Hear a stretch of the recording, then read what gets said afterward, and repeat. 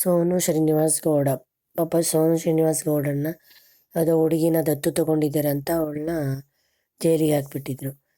ಏನೋ ಗೊತ್ತಾಗದೆ ಅವಳು ತಗೊಂಡಿರ್ತಾಳೆ, ಅಥವಾ ದತ್ತು ಏನು ತಗೊಂಡಿಲ್ಲ, ಅವಳು ಸುಮ್ಮನೆ ರೀಲ್ಸ್ ಮಾಡುವಾಗ ದತ್ತು ತಗೊಂಡಿದ್ದೀನಿ, ಅದು ಯಾರೋ ಟ್ರೋಲ್ ಮಾಡಿದ್ದಕ್ಕೆ ದತ್ತು ತಗೊಂಡಿದ್ದೆ ಅದು ಇದು ಹೇಳಿದ್ದಾಳೆ. ಅದನ್ನು ಸರಿಯಾಗಿ ವಿಚಾರಿಸಿ ಅವಳಿಗೆ ಏನಾದರೂ ದಂಡ ಹಾಕಿ ಅವಳನ್ನ ಅವರ ಮನೆ ಕಳಿಸ್ಬೋದಾಗಿತ್ತು. ಬಡ ಮಕ್ಕಳ ಶಾಲೆ ಸಲುವಾಗಿ ಈ ವಿಡಿಯೋವನ್ನು ಮಾಡುತ್ತಿದ್ದೇವೆ. ಇದನ್ನು ಸಬ್ಸ್ಕ್ರೈಬ್ ಮಾಡಿ. ನಮ್ಮ ಚಾನಲನ್ನು ಸಬ್ಸ್ಕ್ರೈಬ್ ಮಾಡಿದರೆ ಅದೇ ನೀವು ಬಡ ಮಕ್ಕಳ ಶಾಲೆಗೆ ಕೊಡುವಂಥ ಡೊನೇಷನ್. ನೀವು ಸಬ್ಸ್ಕ್ರೈಬ್ ಮಾಡಿ, ಬೇರೆಯವರಿಗೂ ಸಬ್ಸ್ಕ್ರೈಬ್ ಮಾಡಲು ಹೇಳಿ. ಅವಳೇನೋ ರೀಲ್ಸಲ್ಲಿ ಹೇಳಿರ್ತಾಳೆ, ಅದಕ್ಕೆ ದೊಡ್ಡದಾಗಿ ತಗೊಂಡೋಗಿ ಅವಳನ್ನ ಜೈಲಿಗೆ ಹಾಕೋದು.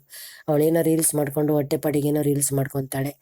ಅವ್ರವ್ರ ಇಷ್ಟ ಏನೇನೋ ಮಾಡ್ಕೊತಾರೆ. ಆದರೆ ಆ ಹುಡುಗಿನೇ ಕಂಪ್ಲೇಂಟ್ ಮಾಡಿಲ್ಲ, ಹುಡುಗಿ ಅಪ್ಪ ಅಮ್ಮನೂ ಕಂಪ್ಲೇಂಟ್ ಮಾಡಿಲ್ಲ. ಹುಡುಗಿ ಹೇಳ್ತಾಳೆ ಅವಳು ಚೆನ್ನಾಗಿ ನೋಡ್ಕೊಂಡಿದ್ದಾಳೆ ಅದನ್ನು ಅಂತ.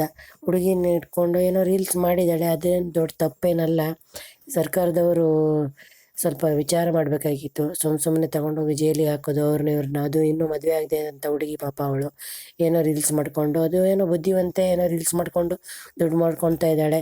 ಅದರಲ್ಲಿ ಏನು ತಪ್ಪಿದೆ? ಅದನ್ನು ಬಿಟ್ಬಿಟ್ಟು ತಗೊಂಡೋಗಿ ಜೈಲಿಗೆ ಹಾಕೋದು ತಪ್ಪು ಅವಳಿಗೆ.